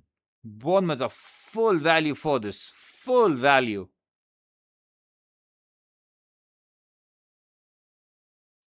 Tyler Adams trying to get Gigi Donnarumma fired up here. Adams almost with a piss-take smile.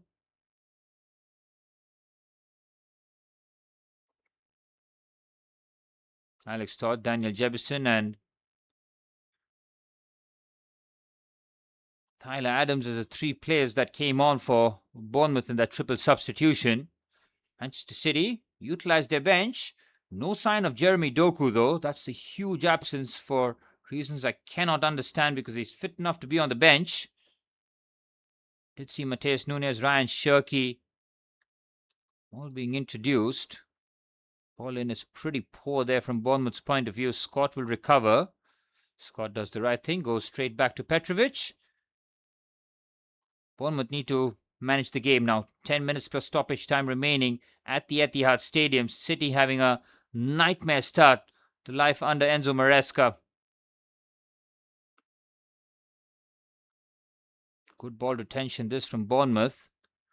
Ryan is free on the right-hand side. If Bournemouth can find the switch, the Brazilian has got space here. Here's Silva. James Hill. Needless there from Hill, but Jack Grealish waiting to come on here. New jersey number for him. He's number 16 after Ryan Shirky took the number 10 from him. Again, Jack Grealish, if he's coming on and he's playing in the wide areas, again, what is Maresca doing, man? It's a like-for-like change, and it's going to be Jack Grealish operating as a right-hand side touchline winger. Enzo Maresca, sorry, man, you've lost me. You've absolutely lost me. Takes me back to the time before they signed the likes of Yaya Toure and Aguero. They signed Yaya Toure. I don't think they signed Aguero. They signed Aguero maybe in the window before with Company, but they had David Silva, Yaya Toure in that window together, which just completely transformed Manchester City, didn't it? I think it was Aguero in the same window too, or maybe the window before. Aguero, Company, Yaya Toure, and David Silva forming that strong spine for Manchester City for years to come. And it looks like City's spine now severely compromised.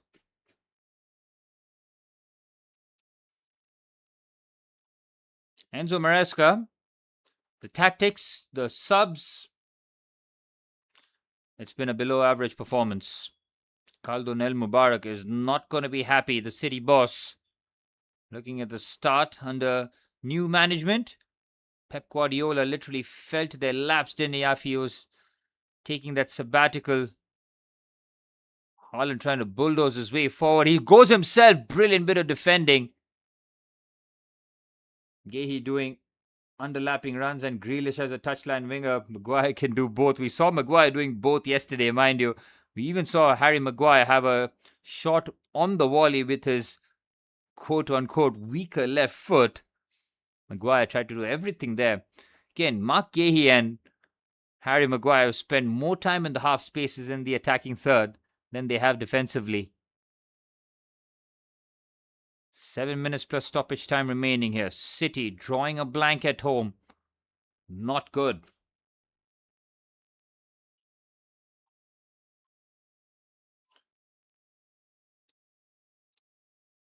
Well, City have made 4 changes with Grealish now coming in. Decent pass for Mateus Nunes on the right-hand side, trying to cross it first time for Haaland. Well defended by Antonio Silva. The baby-faced defender has put Haaland in his back pocket here.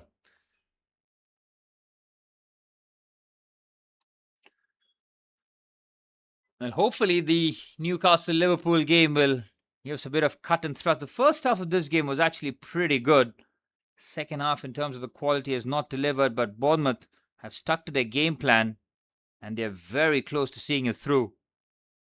Corner comes in by Ryan Shirky. Free header. The equalizer does arrive. It's a bullet header from Mark Gehi, who missed an absolute sitter early on. This time unmarked. And it's 1-1 to Manchester City. That is a huge, huge let-off. And Bournemouth again from a set piece get caught cold.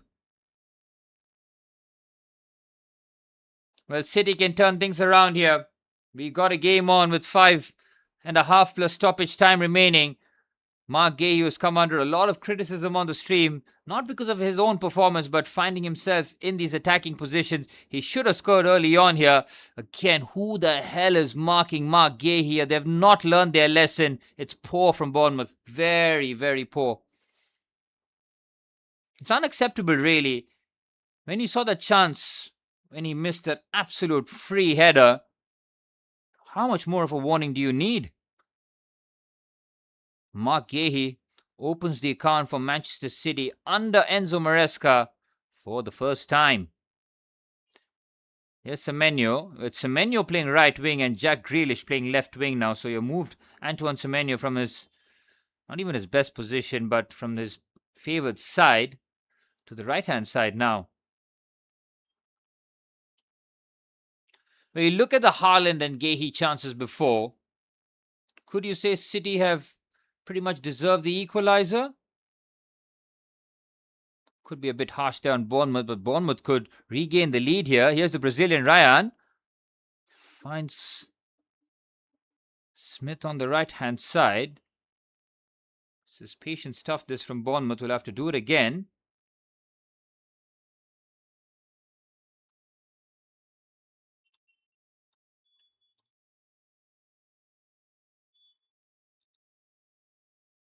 Decent pass into the channel.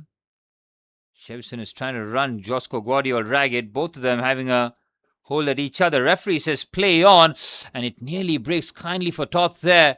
Cleared away by Kusanov. And now Semenyo can have a run at his former teammate. He's up against Trufair.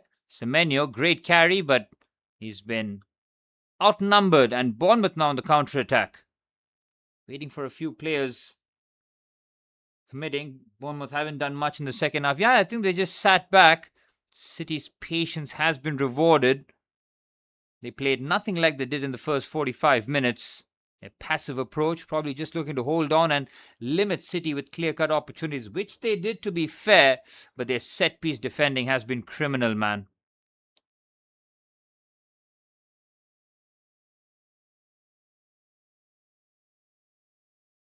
But what do City have about them? Can they turn things around here at home? They've got 3 minutes plus stoppage time remaining. Drop points early in the season is not going to hurt City too much, but Arsenal are so far and ahead at this stage. You just cannot afford to drop silly points at home.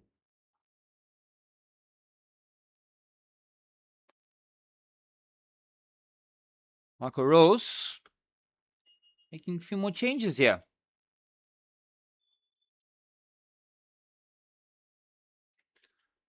Well, former Liverpool youngster Ben Doak has been recruited to Bournemouth by the looks of it. Not going to be entering the fray now. Here's Tyler Adams. Into midfield. Tavernier, the goal scorer. Seen his goal cancelled out by Mark Gahey. Here's James Hill. Want the handball there. Jack Grealish's arm was extended, which will allow Bournemouth to make the change. Ben Doak is coming on. Attacking player for Marco Rose. So like-for-like change with Ryan coming off. Brazilian with a good shift. Ben Ganon Doak, ex-Liverpool player, now at his new club. Look to try and impress Marco Rose, the new Bournemouth manager. Here's Tyler Adams. Good play into midfield here. Tavernier. Decent run and gun. Good football this from Bournemouth. Here is Doak. He's got the overlap, but he crosses it instead. It's a comfortable gather for Donnarumma. And it's a quick release here to Erling Haaland. Clever pass here. And now Ryan Cherki, who doesn't have the pass, but he'll wait for Haaland to make the run. Here's Cherki. So good there by Ryan Cherki. He's found Jack Grealish. Can't keep the ball in play, unfortunately, but great play there by Ryan Cherki. Just showcases excellent technical security, the vision. Unfortunately, the pass slightly overhit. Well, fortunately, we do have a goal in the second half. In both games, really, even at the Amex Stadium, Brighton pulled Villa apart in the first 45 minutes. They were 4-0 up. Joe Gomez picked up a second yellow card. It looked like it could have been any score, really. By the looks of it, Brighton have just taken their foot off the gas, and Unai Emery resorting to damage limitation to keep the score down. And as it stands, Brighton are top of the Premier League with Matchweek 1 winding down. Here's Kusanov. Decent carry, but slightly overhit pass.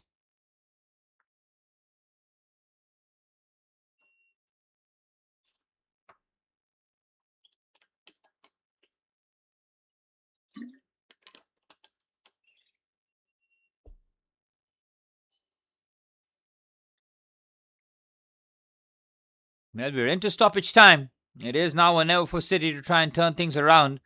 Jack Grealish on the left-hand side. Trying to commit a few plays forward. Added time, only 3 minutes of stoppage time signaled by the fourth official. City have to go and go now. Here's Semenyo. Tavernier trying to close him down. Trufair is there for company as well. Semenyo keeps it short. Gahey, the goal scorer. Ryan Cherki. Can he make things happen? Cherki, clever pass here. There's a chance for Josko Guardiola. Oh, the offside flag has been raised though. It is a brilliant Manchester City goal that has been cancelled by the linesman. What an assured finish that was. It's the left side at centre half, finding himself in a centre forward position. Brilliant by Ryan Cherki here. It is so good. Guardiola is onside. The goal will stand, and Manchester City have come from behind and won it at the end. He is onside by a mile, Aman. They have done it. It's the two defenders, Mark Gahey and Josko Guardiola, that have bailed Enzo Maresca out.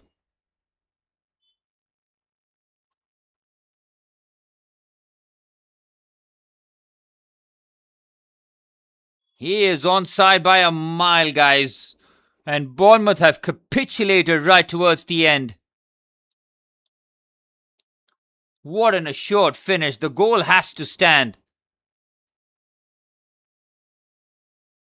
And the goal will stand. Manchester City come from behind late on. Mark Gahey and Josko Guardiola complete the turnaround as Enzo Maresca looks like he will start his City tenure with a victory. But boy, oh boy, have they been made work so hard for it. Enzo Maresca wiping the sweat off his forehead as he's seen both his defenders bail him out. It's heartbreak for Marco Rose. He was so close to beating City on debut, but Ryan Cherki, man, wow. It's not Erling Haaland in the number 9 position. It's Guardiola's first touch and finish, both on his right foot. This guy is absolutely crazy. Great assist. Look at the Guardiola first touch, man. Just look at it. How is this guy a centre half? It is a brilliant touch with his weaker right foot, mind you, and he finishes it in a sweeping manner with his right foot too. He is a cheat code of a footballer, Josko Guardiola, and he has just saved Enzo Maresca and Manchester City.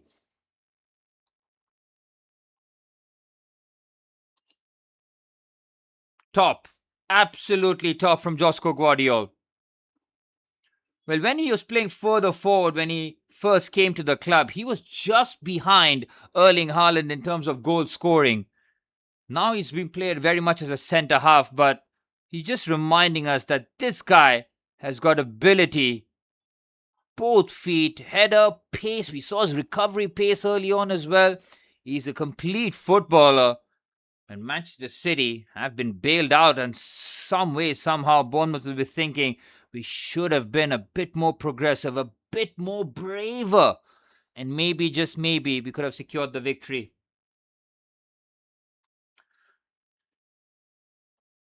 Sour grapes indeed, Aman. Sour grapes indeed. It would have been fun to have City drop points straight up. They've been bailed out by both centre halves.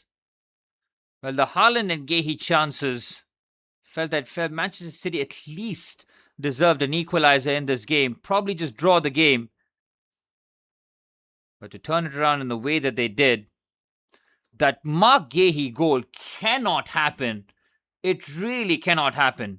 Marco Rose and Bournemouth, they're going to be tougher set-piece tasks as the Premier League wears on, right? Bournemouth are going to really suffer. They can play the best of footballs, but if they get done by set-pieces like that, especially schoolboy stuff, you do not let their main threats have a free run and jump. Somebody's got to take ownership. And from there, City smelled blood and executed the job. Ruined weekend back on. For fuck's sake, says Gautam. Can't believe I'm relying on Newcastle to save my life. I'm not happy with the weekend, and rightfully so. Newcastle will have to pull a rabbit out of their hats. We are going to be live in about 30 minutes time, guys. Are we ready for back-to-back watch-alongs? It's going to be a hectic night as the referee does blow the full-time whistle. Enzo Maresca starts his City tenure with a victory. But man, oh man, has he been had to work hard for it. After a brilliant goal by Marcus Tavernier, after Evan Nielsen's brilliant assist gave them the lead, Manchester City was struggling in open play. Mark Gahey, right towards the end, thought that he at least rescued a point for Manchester City, but Ryan Cherki off the bench with a brilliant assist, and Josko Guardiola's finish, which was originally flagged for offside, was cancelled out, and the VAR made the right call. Josko Guardiola, the match winner for Manchester City in match week 1. 3 points for Manchester City, but they've had to work tremendously hard for it. This is evidence of City struggling this year, though. Yeah, man. City will have to progress and progress really well. Remember, they have lost Elliot Anderson to injury. Now, how bad is the injury? We don't know. Ayub Buadi has to come in as quickly as possible. Look how shamelessly Enzo Maresca is celebrating, man. I mean, he knows his job is under pressure by the looks of it. He's way too happy. You cannot be all smiles like that. I mean, yes, you've gotten out of jail, but tone down the grin a little bit. Marco Rose, understandably upset, but it's City with the win. The board looked like they dodged the bullet, but Maresca's, exactly, man. The reaction is a little too much from Enzo Maresca. Good win.